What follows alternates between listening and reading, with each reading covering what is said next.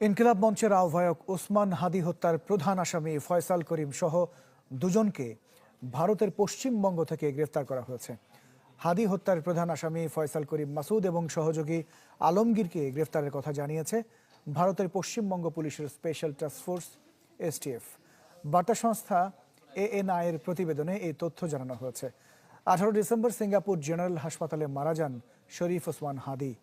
এর আগে 12 ডিসেম্বর ঢাকার পল্টনে গুলিবিদ্ধ হন হাদী। পরে এভারকেয়ার হাসপাতালে নেওয়া হয় তাকে। তারপর উন্নত চিকিৎসার জন্য সিঙ্গাপুরে নেওয়া হয় ওসমান হাদীকে।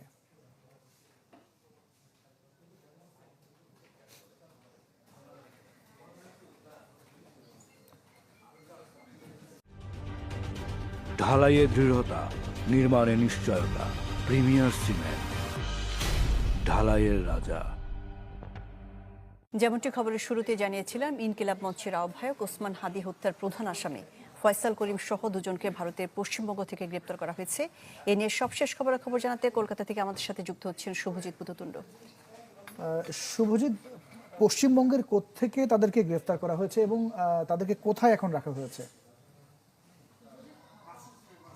দেখুন, কলকাতা পুলিশের এসটিএফ অর্থাৎ স্পেশাল টাস্ক ফোর্স তারা বলছে বনগাঁ থেকে, অর্থাৎ একেবারে বেনাপোল সীমান্তের কাছ থেকে তাদের গ্রেপ্তার করা হয়েছে। স্পেশাল তাদের কাছে কিছু গোপন তথ্য ছিল, সেই তথ্যের ভিত্তিতেই তাদের